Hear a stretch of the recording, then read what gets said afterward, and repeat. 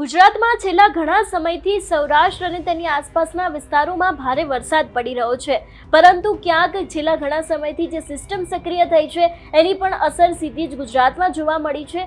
આજનું વાતાવરણ કેવું રહેવાનું છે તેને વિંડીના માધ્યમથી સમજવાનો પ્રયત્ન કરીશું। તેની સાથે હવામાન નિષ્ણાંત પરેશ ગોસ્વામીએ પણ આગાહીને લઈને શું કહ્યું છે તેના વિશેની પણ વાત કરીશું। નમસ્કાર, વેધર અપડેટ સાથે હું હંસિની। ગુજરાતમાં છેલ્લા ઘણા સમયથી ભારે વરસાદ વરસી રહ્યો છે, પરંતુ જો આજના દિવસની વાત કરવામાં આવે તો ખાસ કરીને સવારે 9 વાગ્યાની આસપાસ જોઈ શકાય છે કે વડોદરાની આસપાસ ક્યાંક ભારે વરસાદ પડી શકે છે તેવી શક્યતાઓ દેખાઈ રહી છે। તેની સાથે બોડેલી છે, ગોધરા છે, નડિયાદ છે, વડોદરા, ખંભાત છે, આમોદ, ભરૂચ અને રાજપીપળા બાજુ પણ અહીં ક્યાંક વરસાદ દેખાઈ રહ્યો છે। અને જો વાત કરવામાં આવે હિંમતનગર બાજુની તો ખાસ કરીને ખેડબ્રહ્મા છે, ડુંગરપુર છે, હિંમતનગરના વિસ્તારોમાં પણ ક્યાંક ભારેથી અતિ ભારે વરસાદ પડી શકે છે તેવી શક્યતાઓ અત્યારે હાલ દેખાઈ રહી છે। ખાસ કરીને તે બાદ જો 12 વાગ્યાના સમય વિશેની વાત કરવામાં આવે તો હવે ક્યાંક આ વરસાદ ધીરે ધીરે વધી શકે છે એવી પણ શક્યતાઓ દેખાઈ રહી છે। જે પ્રમાણે અમદાવાદથી લઈને એટલે કે મધ્ય ગુજરાત આવેલું છે તે દરેક જગ્યાએ ક્યાંક ઠંડા પવન ફૂંકાઈ શકે છે અને ભારે વરસાદ વરસી શકે છે તેવી શક્યતાઓ અહીં દેખાઈ રહી છે। અમદાવાદ છે, વિરમગામ, મહેસાણા, હિંમતનગર, લુણાવાડા છે, ગોધરા છે, દાહોદ છે, તેની સાથે ડુંગરપુર છે અને જે રાજસ્થાન બાજુનો ભાગ છે અહીં પણ ક્યાંક ભારે વરસાદ પડી શકે છે તેવી શક્યતાઓ બપોરના સમયે દેખાઈ રહી છે।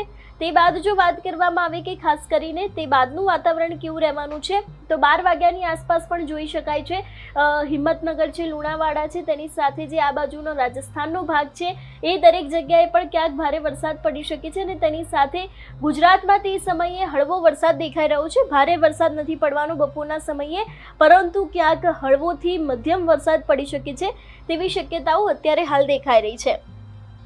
બપોરના સમયની જો વાત કરવામાં આવે તો હવે આ ધીરે ધીરે 1 વાગ્યાની આસપાસ વરસાદ છે તે વધી રહ્યો છે। ખાસ કરીને અમદાવાદ છે, અમદાવાદમાં પણ ક્યાંક ભારે વરસાદ જોવા મળી રહ્યો છે। નડિયાદ છે, વડોદરા છે, બોડોલી છે, ગોધરા, લુણાવાડા છે, હિંમતનગરની આસપાસ, વિરમગામની આસપાસ ક્યાંક વરસાદ દેખાઈ રહ્યો છે। અને જો નીચેના ભાગની વાત કરવામાં આવે તો અમરેલી છે, ઉના, મહુવા, અલંગ, ભાવનગર જે આ દરિયાકાંઠાનો વિસ્તાર છે તેની સાથે સુરત અને ભરૂચ છે, વ્યારા છે, વલસાડ છે, આ દરેક જગ્યાએ ક્યાંક ભારે વરસાદ પડી શકે છે તેવી શક્યતાઓ વ્યક્ત કરવામાં આવી છે। સાંજના સમયની જો વાત કરવામાં આવે એટલે કે 3 વાગ્યાની આસપાસ પણ વરસાદ છે તે આટલો જ રહેવાનો છે। જે પ્રમાણે અહીં પણ દેખાઈ રહ્યું છે કે દાહોદની આસપાસના વિસ્તારોમાં અતિ ભારે વરસાદ પડી શકે છે, અમદાવાદમાં પણ ક્યાંક વરસાદ દેખાઈ રહ્યો છે, વિરમગામમાં પણ ઠંડા પવન ફૂંકાઈ શકે એવી શક્યતાઓ છે। અને એની જ સાથે જે નીચેનો દરિયાકાંઠાનો વિસ્તાર છે, મહુવા છે, અલંગ છે, ભાવનગર છે, તેની સાથે સુરત અને વલસાડ છે, અહીં પણ ક્યાંક વરસાદ વરસી શકે છે તેવી શક્યતાઓ વ્યક્ત કરવામાં આવી છે। 3 વાગ્યા પછીનો જો સાંજના સમયની વાત કરવામાં આવે તો જે પ્રમાણે ગુજરાતની સ્થિતિ છે એટલે કે ગુજરાતમાં ક્યાંક ભારે વરસાદ પડી શકે છે તેવી શક્યતાઓ છે। ખાસ કરીને મહુવામાં 4 વાગ્યાની આસપાસ અતિ ભારે વરસાદ પડી શકે છે તેવી શક્યતાઓ દેખાઈ રહી છે। એટલે કે જે નીચેના વિસ્તારો આવેલા છે, સુરત છે, તેની સાથે ભરૂચ છે, આ દરેક જિલ્લાઓ છે કે જેની અંદર ક્યાંક ભારે વરસાદ પડી શકે છે તેવી શક્યતાઓ અત્યારે હાલ દેખાઈ રહી છે। ધંધુકાની આસપાસ પણ જોઈ શકાય છે કે ભારે વરસાદ દેખાઈ રહ્યો છે। તેની સાથે જો અમદાવાદની વાત કરવામાં આવે તો અમદાવાદની આસપાસના જેટલા પણ વિસ્તારો છે, ગાંધીનગર છે, વિરમગામ છે, ધોળકા, મહેમદાબાદ, કપડવંજ છે, એ પણ દરેક જગ્યાએ ક્યાંક ભારે વરસાદ પડી શકે છે તેવી શક્યતાઓ 4 વાગ્યાની આસપાસ દેખાઈ રહી છે।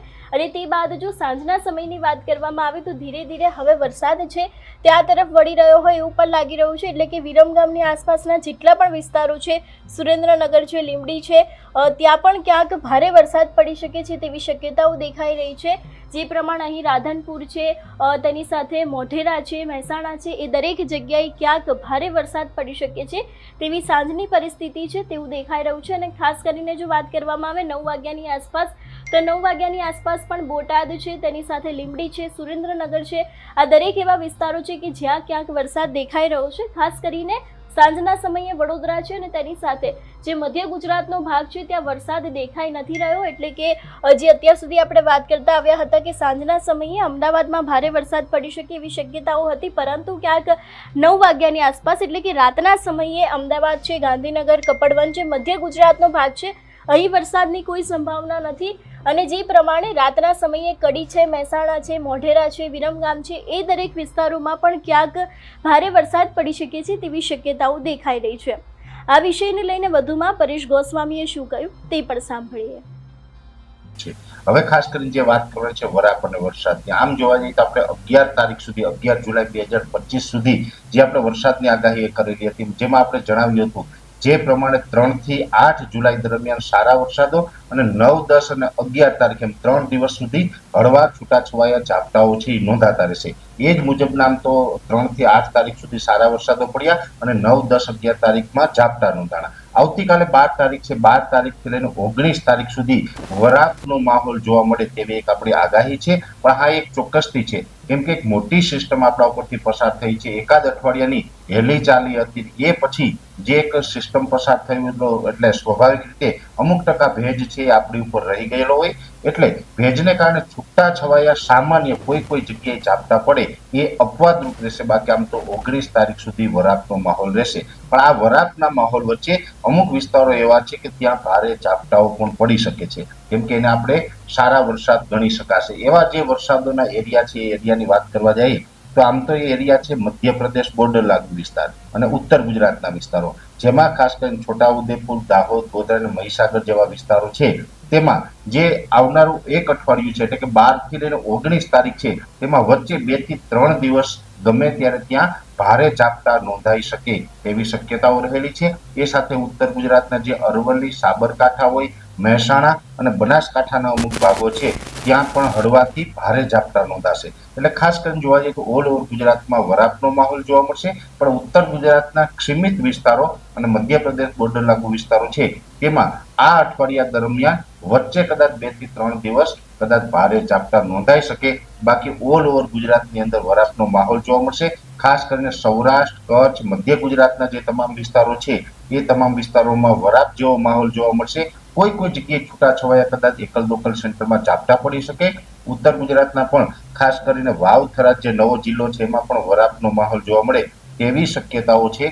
ખાસ કરીને જે પાટણ જિલ્લા અને જે કચ્છ સાઈડના વિસ્તારો છે, હારીજ હોય, સમી હોય, લાખણી હોય, રાધનપુર હોય, આ તમામ વિસ્તારની અંદર પણ વરાપ જેવો માહોલ જોવા મળે તેવું એક અનુમાન છે. દક્ષિણ ગુજરાતની અંદર ઓલ ઓવર આ વર્ષની અંદર સૌથી વધારે વરસાદ નોંધાયો છે. જોકે દક્ષિણ ગુજરાતમાં હવે આવતીકાલથી વરસાદમાં આપણે રાહત મળશે. વરસાદ ત્યાં નહીં હોય, વરાપનો માહોલ હશે, પણ વચ્ચે છૂટાછવાયા હળવા ભારે ઝાપટાઓ છે એ દક્ષિણ ગુજરાતમાં પણ નોંધાશે. એટલે ઓલ ઓવર જોવા જઈએ તો ગુજરાતની અંદર 12 થી લઈ અને 19 તારીખ દરમિયાન આપણે વરાપનો માહોલ જોવા મળે, એટલે એક અઠવાડિયા સુધી વરાપ જોવા મળે તેવી શક્યતાઓ છે. આ એક અઠવાડિયાની અંદર દરેક ખેડૂત ભાઈઓ જે ખેતી કામો કરવાના હોય ઝડપથી પૂર્ણ કરી લેવા, જેથી કરીને આપણે આગળ ઉપર જતા કોઈ સમસ્યા ન આવે. એટલે વરાપ ચોક્કસથી રહેવાની છે, પણ ભેજને કારણે છૂટાછવાયા કોઈ જગ્યાએ ઝાપટા પડે તે અપવાદરૂપ રહેશે. અને ખાસ કરીને ઉત્તર ગુજરાતના સીમિત વિસ્તાર અને મધ્યપ્રદેશના બોર્ડર લાગુ વિસ્તારમાં થોડાક ભારે ઝાપટા નોંધાઈ શકે છે. વિશેષ માહિતી છે એ નેક્સ્ટ વિડીયોમાં આપવામાં આવશે.